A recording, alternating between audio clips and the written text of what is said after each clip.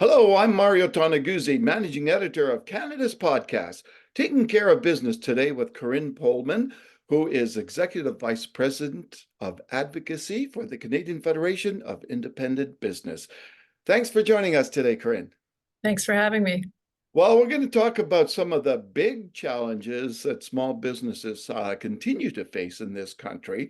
First and foremost, we have a looming deadline, repayment deadline for the Canada Emergency Business Account. Can you tell us a little bit about that, Corinne? What's the deadline? What's the significance of this? Sure. So Canada Emergency Business Account, or CEBA, as we all like to call it, was first introduced back during the early days of COVID. It was probably one of the first support programs introduced for small businesses. So as you may recall, many of them were forced to close for extended periods of time throughout the COVID period to sort of keep people healthy and keep people away from getting sick. It wasn't something that they wanted to do, but it was something they were forced to do. As a result, the government came out with the CEBA loan. It started as a $40,000 loan, of which $10,000 could be forgivable if it was paid back by a certain deadline. COVID went on. They expanded it to $60,000 in 2022, of which $20,000 would be forgivable if they would pay it back now by a certain deadline. Now, that deadline is fast approaching. So originally it was the end of 22. It got extended to the end of 2023. About 3 months ago, the government said, okay, we'll give you till January 18th, the whole 3 weeks more than the original deadline. The point of that deadline, though, is that if you pay it back by January 18th, you get to keep the forgivable portion. If you're not able to pay it back, then you have to forego the forgivable portion and you're going to have to pay back the entire thing. So that's why it's such an important deadline, because for many small businesses, that extra $20,000, if they took a $60,000 loan, to be able to keep that and not have to pay it back is kind of a big deal, especially when you're dealing with debt loads of up to, on average, about $100,000 that are still there from COVID days. So it's a big deal for many of them, and many of them are scrambling to try to find that money to pay it back by January 18th. Do you have any idea of how many businesses took out a CEBA loan? Yeah, the number is astronomical, actually. Almost 900,000 businesses took Wow. out a CEBA loan. So when you think that there's maybe a little over a million, 1.1, 1.2 million businesses with employees in Canada, it's almost all of them that actually took the loan. And for a large majority of them, it was super important and it was very critical during a difficult time. Yeah. Now, for many of these businesses, is this the straw that will break the camel's back, so to speak? Well, it might be. The fact is, we know that we just asked just prior to the holidays, we did ask our members about, are they going to be able to pay it back? And about 20 to 25% told us they're not going to be able to pay it back. So that is about 1 in 5, 1 in 4 and a 1 in 5.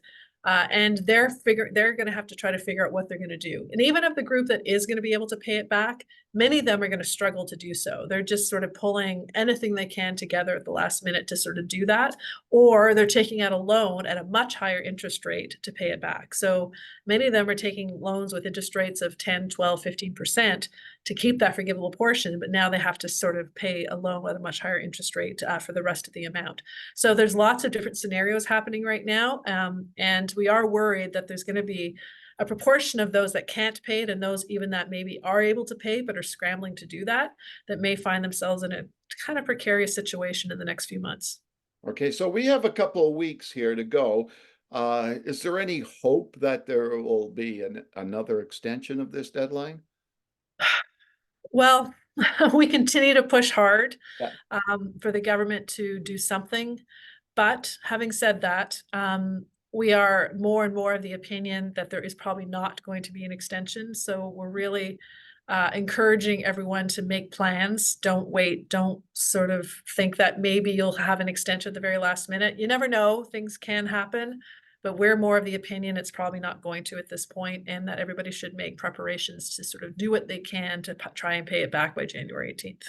Okay, so if that isn't enough of a burden on small businesses, we have some more stuff going on as we launched into 2024. Couple of hikes in contributions for payrolls. Let's talk about each one. First of all, Canada Pension, first of all, contributions. What's happening there for employers? Well, it's unfortunately a little complicated. We've had, for the last 5 years, we've had increases in the CPP premium rates. just increases every year as we've gone from, I think it was 4.95 to 5.95% each employee pays. But this year they're adding a second tier. So they're calling it CPP2. So there's always a maximum amount at which point you stop paying CPP. I believe it's somewhere in the vicinity of $65,000 to $70,000. Once you reach that point in salary, you'd stop paying CPP. The government is now adding a second tier for those sort of higher income earners, though they're not really high income earners, from say 68 to 75,000. And they're going to add to that tier again next year. That group this year is being introduced for the first time, and you have to pay as an employer and an employee another 4% for that amount between the top of the previous tier and the next second tier. And so it's a bit complicated, and I know a lot of people have questions of what this actually means. And so we're doing our best to try to get the information out to our members, but that has come into effect as of January 1st, 2024. And also employment insurance contributions. What's happening there for business owners? So we had hoped that this wouldn't be going up again because in the last budget, it seemed to indicate it wouldn't, but we were wrong. The government decided to increase the EI contributions for both employees and employers once again. It's not a massive increase, but it is an increase nonetheless. So it does take a hit on everybody's paycheck, and employers who pay 1.4 times what employees pay also have more of a payroll to have to sort of come up with for employees starting January 1st. Now, on top of all that, we have another tax coming into play this spring, I think it is, but that's going to impact business owners as a carbon tax, right? Yeah, the carbon tax has been around now for about 5 years as well, coming up to, I think it's 5th year, but the increase we're going to see in April 1st is actually quite significant. It's going from $65 a ton to $80 a ton. So it's a pretty big jump. We've had more $10 increments up till now.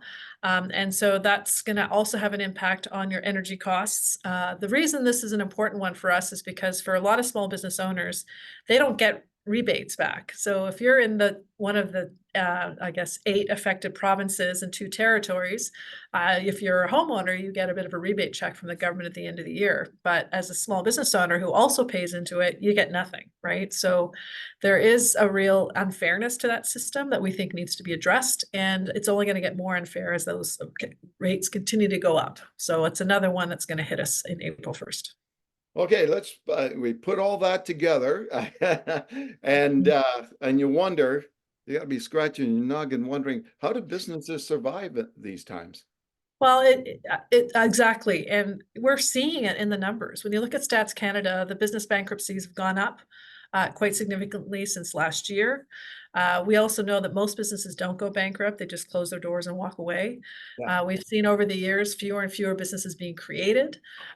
Canada used to be like we would have net growth in businesses every year. It's becoming narrower and narrower. We're really not producing as many as we once did. So it is all a bit scary because we're an economy that's really reliant on small businesses compared to most other economies. And if they start to go away, that has implications for all of us in Canada. All right, wonderful. Thanks, Corinne, for joining us today. Thank you. All right, that was Corinne Pohlmann, who is Executive Vice President of Advocacy for the Canadian Federation of Independent Business. I'm Mario Toneguzzi, Managing Editor of Canada's podcast, Taking Care of Business Today. Thanks for joining us.